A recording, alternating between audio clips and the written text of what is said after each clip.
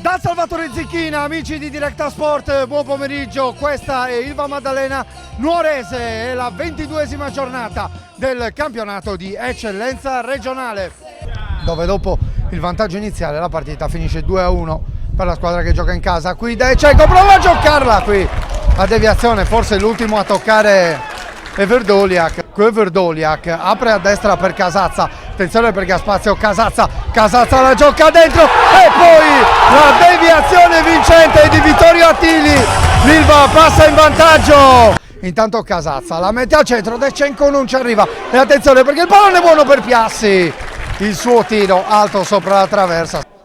Esposito torna da Verardi, a Bono, adesso è alta la pressione della Nuorese e infatti recupera palla con Caggiu, da Caggiu a Manca prova a girarsi, suo diagonale debole, vede Caio Piassi largo, Piassi punta a Catte, va via anche a Cadau, Piassi finisce a terra, tiene il pallone Piassi con sinistro, chiusura di Catte, poi Cadau, perfezione il disimpegno, Casazza, magia e attenzione perché il pallone è ancora lì.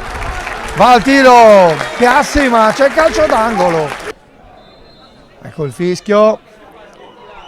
Va Cocco di potenza, palla nel flipper, ancora Cocco. Qualche timida protesta anche adesso da parte dei giocatori della Nuorese.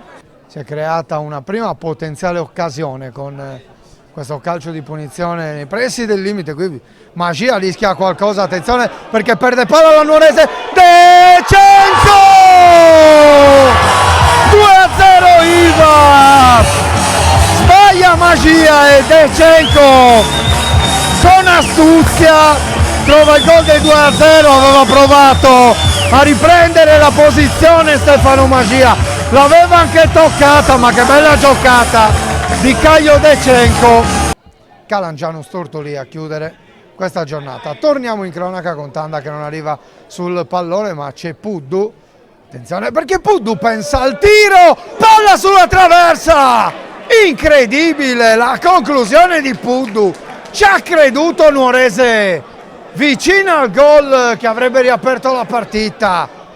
Si ferma Bert, il colpo di tacco, pallone che passa, Tessaro Attili di testa, sul primo palo anticipa tutti, palla lunga, il colpo di testa di Lima, poi prova anche Mondino, ancora Lima, Mondino alza il campanile, attenzione ad Alvarez, la posizione regolare, Alvarez allarga su Casazza, 3-0 Ilva, il gol realizzato dal numero 7 Daniel Casazza, si è presentato bene Valentin Alvarez, è scattato alle spalle della difesa della Nuorese.